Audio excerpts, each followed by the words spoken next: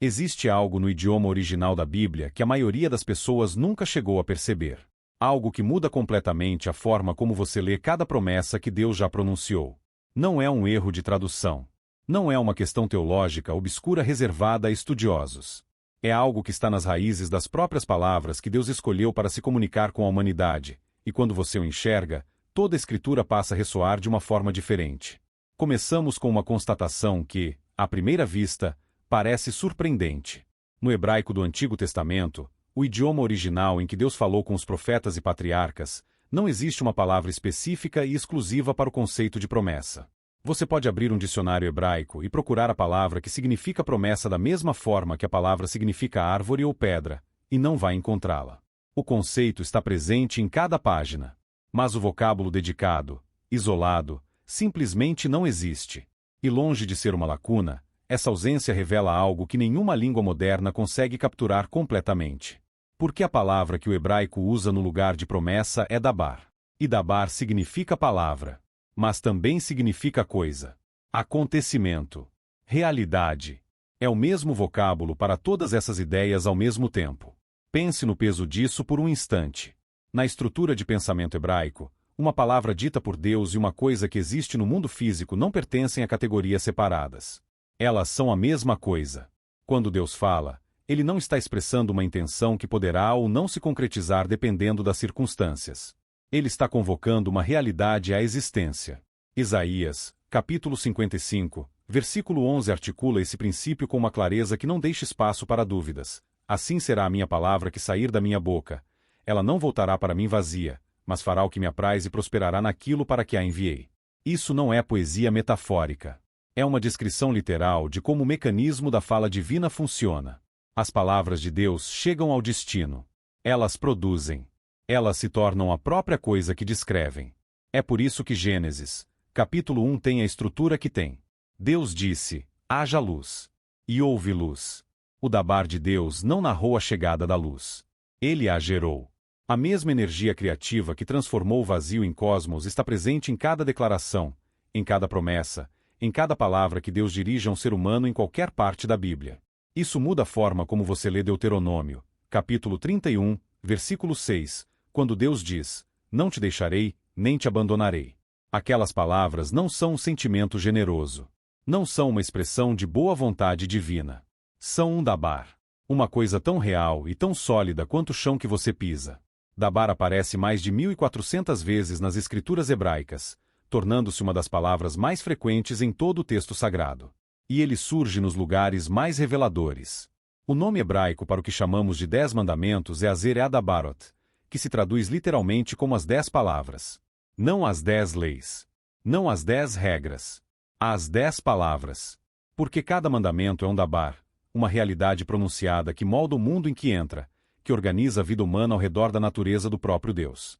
E é sobre esse fundamento, o fundamento de que as promessas de Deus não são aspirações, mas substância, que vamos explorar o que as palavras hebraicas específicas revelam sobre as estações mais difíceis da vida humana. A Bíblia não oferece encorajamento genérico. Ela mapeia palavras particulares, com raízes hebraicas específicas, para experiências humanas específicas. E quando você examina as palavras que Deus escolheu para a espera, para o medo e para o luto, emerge um padrão que diz algo extraordinário sobre quem Ele é. A primeira estação é uma que quase todos os seres humanos atravessarão várias vezes ao longo da vida. A espera. Esperar por uma clareza que ainda não chegou. Esperar por uma cura que parece impossível de alcançar. Esperar que uma porta se abra, que uma ligação chegue, que uma situação enfim se resolva. Esperar que Deus se mova quando Ele parece completamente silencioso.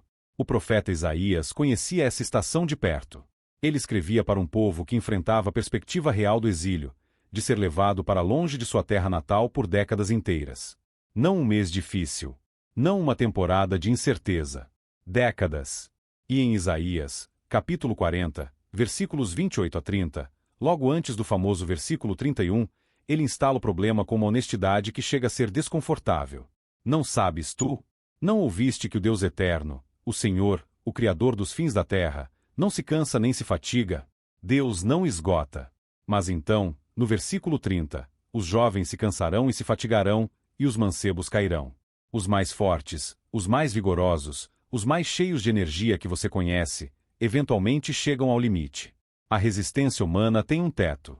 Isaías não está sendo pessimista. Ele está sendo preciso.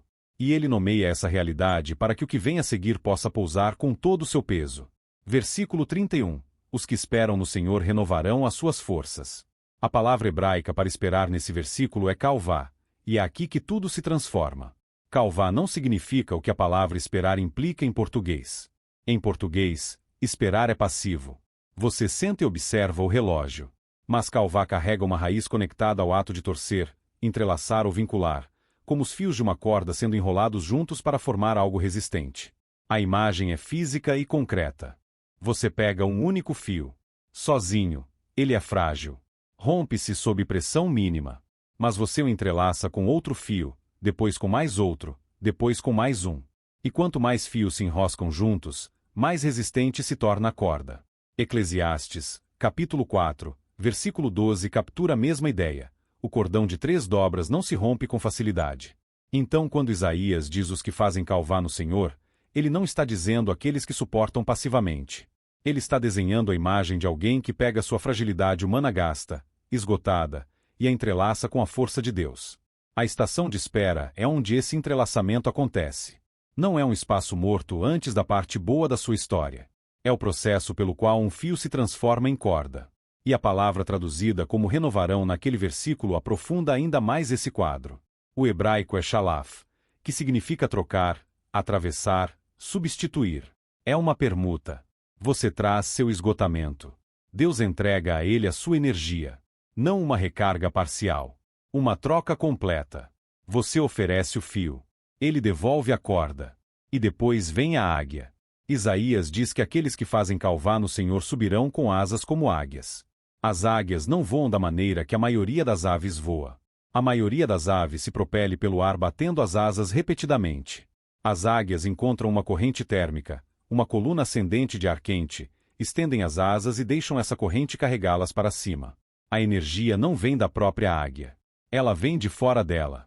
O trabalho da águia é se posicionar para receber o que já está subindo.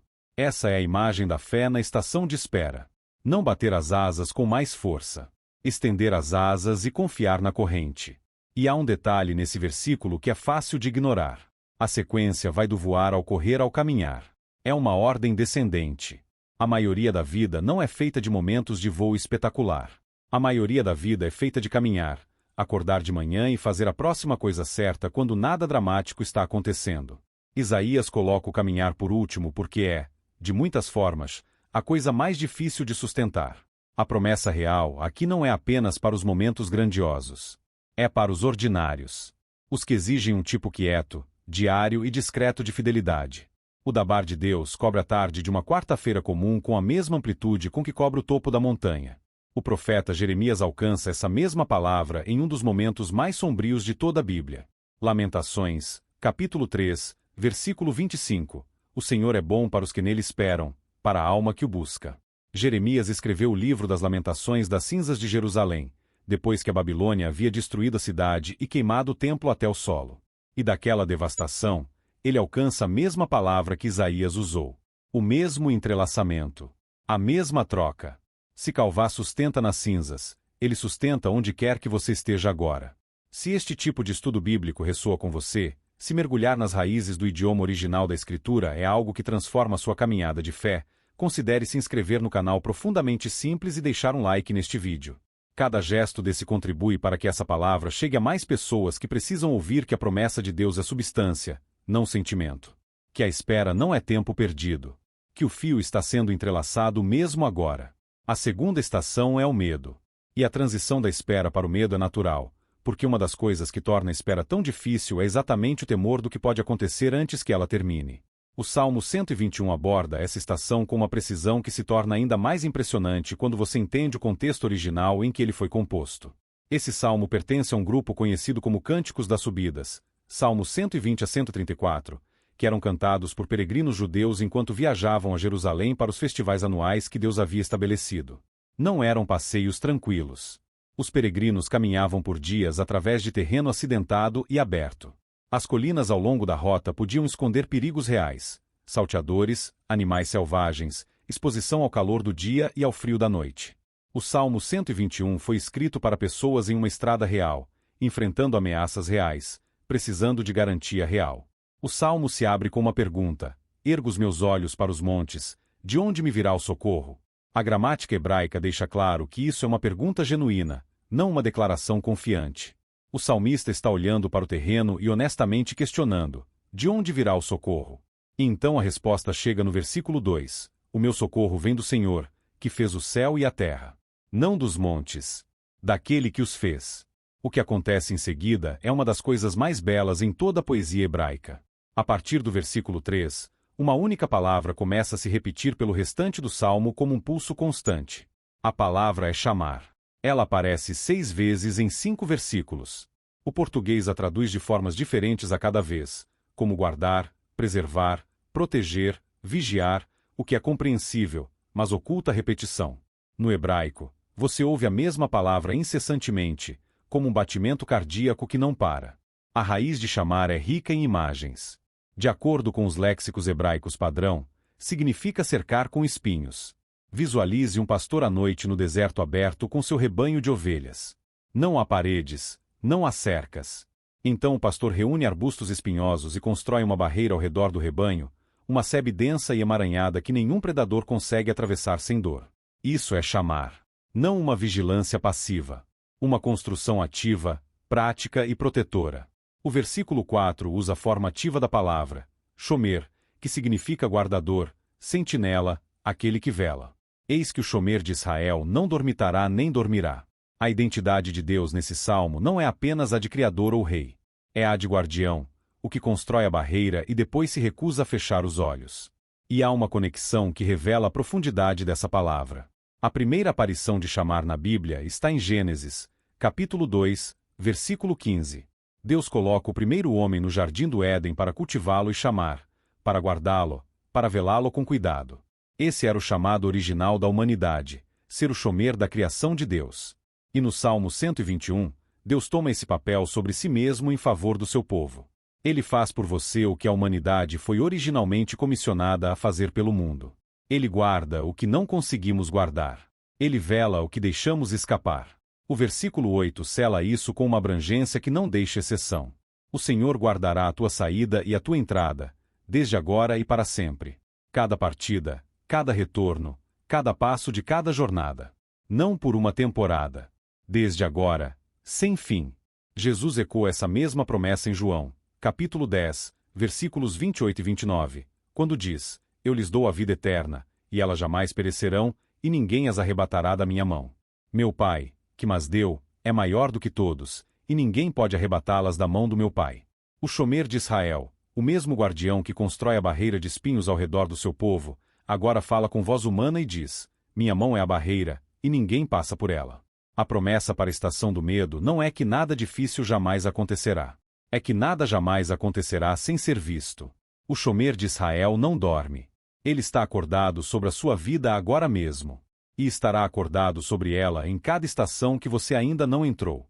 Vimos até aqui que Deus encontra a estação da espera com Calvá, o entrelaçamento da fraqueza humana com a força divina.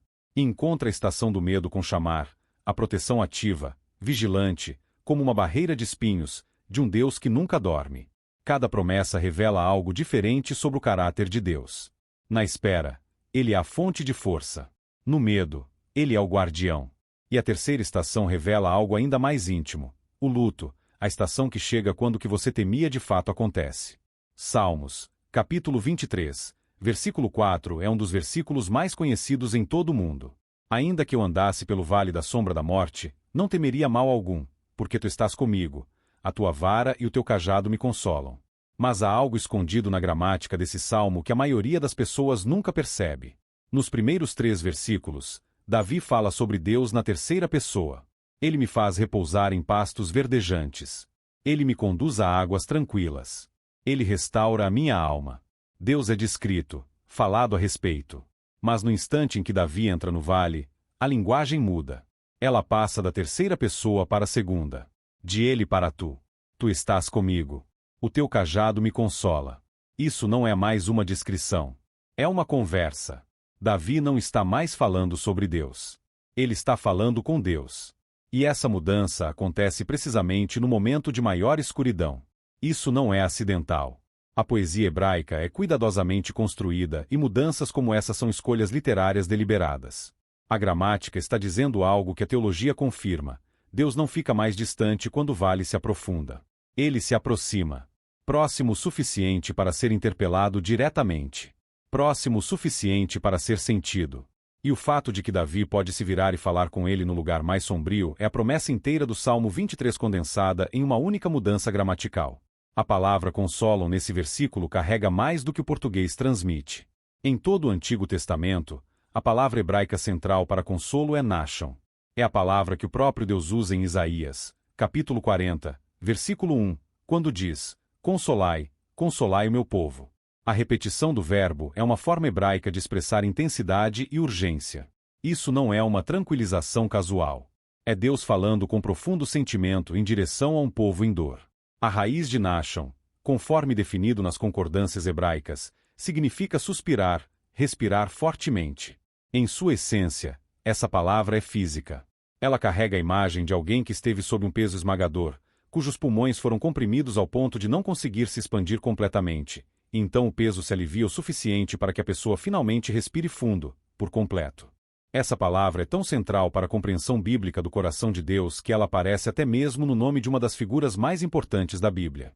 Em Gênesis, capítulo 5, versículo 29, quando Noé nasceu, seu pai o nomeou a partir da raiz nachon, dizendo: Este nos trará alívio do nosso trabalho e do penoso labor de nossas mãos. Desde o princípio, Deus estava tecendo a promessa do consolo da respiração profunda na história da humanidade. Pense em uma criança que acorda no meio da noite assustada com um pesadelo, chorando, tremendo. O pai ou a mãe não para na porta e explica a neurociência dos sonhos. O pai se senta na beira da cama, coloca a mão nas costas da criança e simplesmente respira, devagar, de forma constante, até que a respiração da criança, sem nenhuma decisão consciente, começa a se alinhar com a do pai. O medo não vai embora porque a criança compreendeu algo novo. Ele vai embora porque havia alguém próximo o suficiente para respirar junto. Deus toma essa imagem e a faz sua própria. Isaías, capítulo 66, versículo 13 diz: Como alguém a quem sua mãe consola, assim eu vos consolarei. A palavra é nachon. Deus compara o seu próprio consolo à forma mais instintiva e íntima de ternura humana, uma mãe segurando seu filho. O apóstolo Paulo estende isso ao Novo Testamento em 2 Coríntios, capítulo 1, versículos 13 e 4, chamando Deus de Pai das misericórdias e Deus de todo consolo, que nos consola em todas as nossas tribulações, para que possamos consolar os que estiverem em alguma tribulação, com consolo com que nós mesmos somos consolados por Deus. A palavra grega que Paulo usa, paraklesis, significa chamar para junto. Deus não consola de longe. Ele se coloca ao seu lado. Ele entra no vale. Ele respira com você. E então, diz Paulo, você carrega esse mesmo fôlego para a próxima pessoa que precisa dele. Recue agora e veja o padrão inteiro. 3 estações. 3 palavras hebraicas. E uma progressão clara. Na espera, Deus oferece calvá, força. Ele entrelaça sua fraqueza com seu poder. No medo, Deus oferece chamar, proteção. Ele constrói uma barreira ao redor de sua vida e se recusa a dormir. No luto, Deus oferece nachon, presença. Ele se senta ao seu lado e respira com você até que você possa respirar sozinho. Força, proteção, presença. Cada promessa traz Deus mais perto. Em calvá, Ele lhe dá algo, sua força. Em chamar, Ele faz algo por você, Ele guarda. Em nachon, Ele se dá a você, Ele mesmo. Quanto mais fundo o vale, mais íntima a promessa. Essa progressão não é algo imposto ao texto. É o que as próprias palavras hebraicas revelam quando colocadas lado a lado. As promessas da Bíblia não são aleatórias. Elas são camadas, intencionais, e escalam em direção à intimidade porque é para lá que Deus sempre esteve indo. Mais perto de você, não mais longe. E todas essas promessas descansam sobre algo ainda maior. Uma aliança. A palavra hebraica é beri. E a expressão que a Bíblia usa para estabelecer uma ekaraberi, que literalmente significa cortar uma aliança. A linguagem é intencionalmente visceral. Envolve o corte de carne, o derramamento de sangue. Uma aliança no mundo antigo era o compromisso mais vinculante e solene que 2 partes podiam firmar. A cena definitiva está em Gênesis, capítulo 15. Deus havia falado promessas a Abraão: terra, descendentes, bênção. Mas Abraão era velho, sem filhos, e lutava para ver como qualquer uma delas poderia se cumprir. Então Deus instrui Abraão a preparar uma cerimônia de aliança. Abraão traz uma novilha, uma cabra, um carneiro, uma rola e um pombinho. Ele corta os animais maiores ao meio e arranja as metades opostas umas às outras, formando um corredor estreito de sangue entre elas. No Oriente Próximo Antigo, ambas as partes de uma aliança caminhavam por esse corredor juntas. A mensagem não expressa era assombrosa: que o que aconteceu a esses animais aconteça a mim se eu quebrar minha palavra. Era um juramento de morte, o compromisso mais sério que um ser humano poderia fazer. Mas então Gênesis, capítulo 15, versículo 12 registra algo extraordinário. Ao pôr do sol, um sono profundo caiu sobre Abraão. Abraão adormece. Ele não percorre o corredor. Então, versículo 17. Quando o sol se pôs e houve escuridão, eis que um forno fumegante e uma tocha de fogo passaram pelo meio daquelas peças. Fogo e luz, ambos símbolos antigos da presença de Deus, movem-se pelo corredor de sangue, sozinhos. Deus percorre o corredor da aliança por ele mesmo. Abraão não dá um único passo. A aliança é inteiramente unilateral. Deus empenha sua própria existência em cumprir cada promessa que fez. Se a aliança for quebrada, o custo recai sobre Deus sozinho. E como Deus não pode morrer, a aliança não pode falhar. É por isso que Dabar significa tanto palavra quanto coisa. Quando Deus pronuncia uma promessa, ela não é aspiracional. É um compromisso de aliança garantido pela sua própria vida. Se este estudo está tocando algo dentro de você, se você está caminhando por uma dessas estações agora mesmo e precisa saber que a promessa de Deus é real, considere se inscrever no canal Profundamente Simples. A sua inscrição não é apenas um gesto simbólico. Ela ajuda esse conteúdo a chegar a mais pessoas que estão no vale agora mesmo, precisando ouvir que o shomer de Israel não dorme. Cada promessa que examinamos hoje, a corda, a barreira, o fôlego, repousa sobre esse fundamento inabalável. E séculos depois, outra caminhada aconteceu. Jesus Cristo percorreu a estrada até o Calvário e carregou o peso pleno da aliança, suas bênçãos e suas penalidades, em nome de cada pessoa que havia quebrado seu lado do acordo. O forno fumegante e a tocha de fogo de Gênesis 15 encontraram sua expressão definitiva em um monte fora de Jerusalém. E Hebreus, capítulo 7, versículo 25, nos diz que o seu trabalho continua agora mesmo. Ele pode salvar completamente os que por ele se aproximam de Deus, vivendo sempre para interceder por eles. A palavra interceder significa que ele está ativamente representando você diante do Pai, não de longe, mas como alguém que percorreu o corredor da aliança ele mesmo e conquistou o direito de falar em seu favor. A aliança não está apenas selada. Ela é continuamente mantida por alguém que nunca vai parar de interceder por você. Então, o que carregamos conosco de tudo isso? A palavra hebraica Dabar nos diz que quando Deus fala, suas palavras não são frágeis. São substância. Se você tem lido as promessas das Escrituras e se perguntado se elas são fortes o suficiente para sustentar o seu peso, Dabar diz que sim. São tão sólidas quanto qualquer coisa em que você já se apoiou. Da próxima vez que você abrir sua Bíblia e ler uma promessa como Filipenses, capítulo 4, versículo 19, o meu Deus suprirá todas as vossas necessidades segundo as suas riquezas em glória em Cristo Jesus, você não está lendo um desejo. Você está lendo um Dabar, uma coisa que existe, pronunciada pela mesma voz que transformou as trevas em luz em Gênesis 1. O convite é apoiar todo o seu peso sobre ela. A palavra Calvá nos diz que espera não é tempo desperdiçado. Se você está em uma estação em que nada parece se mover, em que Deus parece silencioso e o tempo continua passando sem resolução à vista, Calvá reframe tudo. O atraso não é punição. É a torção da corda. É o processo pelo qual algo frágil se torna algo inquebrável. Deus não está ausente na sua espera. Ele está trabalhando nela. E a força que você carregará para fora desta estação será do tipo que só vem do entrelaçamento lento e deliberado com Deus que tem todo o tempo do mundo e escolheu usá-lo para tornar você forte. A palavra chamar nos diz que o cuidado de Deus não é distante nem teórico. É o pastor construindo uma barreira ao redor de você com as próprias mãos. É o shomer de Israel, de olhos abertos, acordado, guardando a sua saída e a sua entrada. Quando a noite parece perigosa e você se sente exposto, lembre-se de que o Deus do Salmo 121 nunca fechou os olhos para você. Salmos, capítulo 121, versículo 4 afirma isso com uma certeza que não deixa espaço para dúvida. Eis que não dormitará nem dormirá o guarda de Israel. Nós começamos com um versículo ao qual milhões de pessoas se apegaram nos seus momentos mais difíceis, Isaías, capítulo 40, versículo 31. E descobrimos que por baixo da tradução está uma palavra hebraica, kalvá, que transforma a espera de uma resistência passiva em uma fabricação ativa de corda. Encontramos que o Deus que promete força na estação de espera é o mesmo Deus que promete uma barreira de espinhos na estação do medo e a proximidade do seu próprio fôlego na estação do luto. E rastreamos todas essas promessas até uma cerimônia de aliança em Gênesis 15, onde Deus atravessou fogo e sangue sozinho porque escolheu fazer o resultado depender inteiramente da sua fidelidade, e não da nossa. Cada estação tem a sua promessa. E cada promessa tem o nome dele gravado nela. O Deus que respira com você no vale é o mesmo que constrói a barreira ao redor do seu caminho e entrelaça a corda na sua espera.